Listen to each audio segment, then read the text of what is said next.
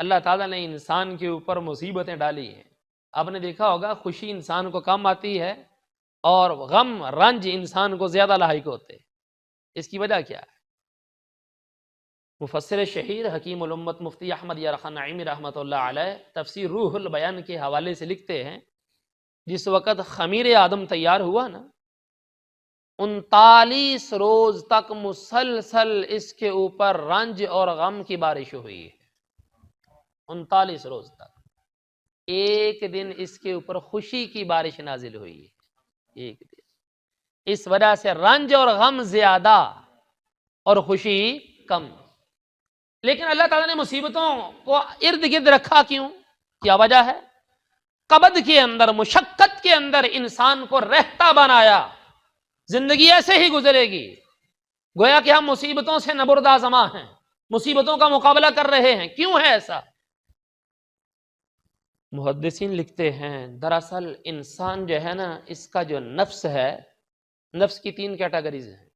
اگر ہم قرآن کا مطالعہ کریں, نفس لوامہ بھی انسان کے اندر ہے, نفس مطمئنہ بھی انسان کے اندر ہے, اور نفس امارہ بھی انسان کے اندر ہے. نفس امارہ کیا ہے؟ نفس امارہ یہ مزاجن کافر ہے. یہ ہر وقت انسان کو برائی کا حکم دیتا ہے, ہر وقت. اللہ تعالیٰ نے فرمایا وَمَا أُبَرِّئُ نَفْسِي إِنَّ النَّفْسَ لَأَمَّارَةٌ بِالسُّوءِ. یہ جو نفس ہے ہمیشہ برائی کا حکم دیتا ہے, یہ نفس امارہ ہے. اور ایک نفس لوامہ ہے.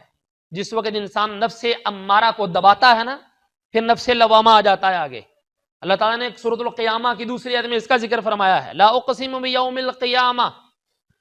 پھر آگے جو ہے نفس لوامہ کی بات کی. لوامہ کیا ہے؟ قاضی ثناء اللہ پانی پتی فرماتے ہیں ای اللوامہ, فرمایا لوامہ کا مطلب یہ جو ہر وقت انسان کو ملامت کرتا ہے. جس وقت امارہ دب جائے تو پھر لوامہ انسان کو برائی کے اوپر جو ہے وہ دباتا ہے, ملامت کرتا ہے کہ تو نے یہ برائی کی ہے, دیکھنا تو نے جو ہے وہ اب کی ہے, آئندہ نہ کرنا. وہ جو کھٹکا انسان کے ذہن میں آتا ہے وہ نفس لوامہ ہے. جس وقت لوامہ دب جاتا ہے تو پھر نفس مطمئنہ کی باری آ جاتی ہے. انسان کا نفس جس وقت مطمئن ہو جاتا ہے تو پھر اللہ رب العزت کی طرف سے بھی انسان کو پکارا جاتا ہے کہ ارجعی الی ربک راضیۃ مرضیہ, کہ اے نفس مطمئنہ رب تجھ سے راضی ہے اور تو بھی رب سے راضی ہو گیا, بس لوٹا واپس آ جا. یہ دنیا کی کہانی ہے, کبھی امارہ ہے, کبھی لوامہ ہے, اور کبھی مطمئنہ ہے. میں یہ بات کر رہا تھا کہ انسان کو قبض کے اندر مشقت کے اندر اللہ نے کیوں رکھا ہے, اس کی کیا وجہ ہے؟ محدثین نے لکھا دراصل بات یہ ہے انسان کا نفس یہ بد مست گھوڑے کی طرح ہے. بد مست گھوڑا آپ نے دیکھا ہوگا, آج جانور کبھی مچھر جاندے ہیں اٹکے بھی مچھر جاندے, دیکھا ہوگا جو ہاڑی کر دیتا نا, بہت آیا تجربہ ہونا کس طریقے سے ان کو جو ہے وہ ان کی چال کے اوپر رکھا جاتا ہے. ان کو کبھی جو ہے نکیلیں ڈالتے ہیں, کبھی جو ہے وہ ان کی سوراخ کر کے نتھ ڈالتے ہیں, کبھی جو ہے وہ ان کے اوپر بوجھ لاتے ہیں تاکہ جو ہے یہ ایک چال ان کی بن جائے, چلانا ہمارے واسطے آسانی ہو جائے. دوستو انسان کا جو نفس ہے یہ بد مست گھوڑے کی طرح ہے. اور میں دیکھو انسان نے کیا کچھ نہیں کیا, یہاں پر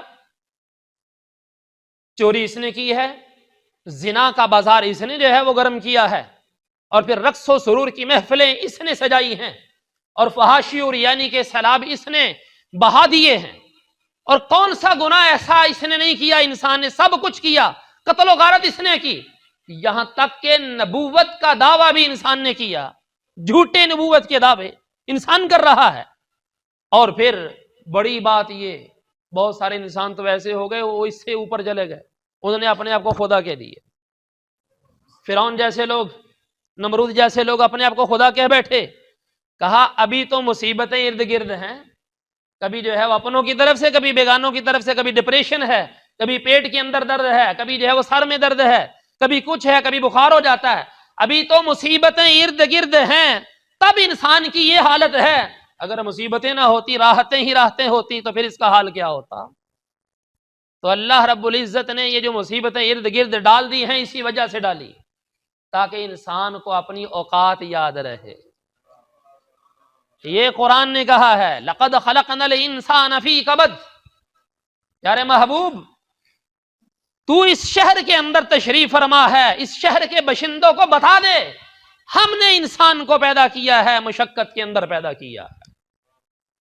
اور پھر دیکھو فرمایا انسان سمجھتا ہے ایحسب ان لن یقدر علیہ احد، کوئی اس کے اوپر قدرت نہیں رکھتا اور کوئی جو ہے وہ اس کے اوپر قابض نہیں ہو سکتا۔ یہ اس کی کم فہمی ہے، یہ کج فہمی ہے۔ ایک ذات وہ بھی ہے جو علی کل شیء قدیر ہے۔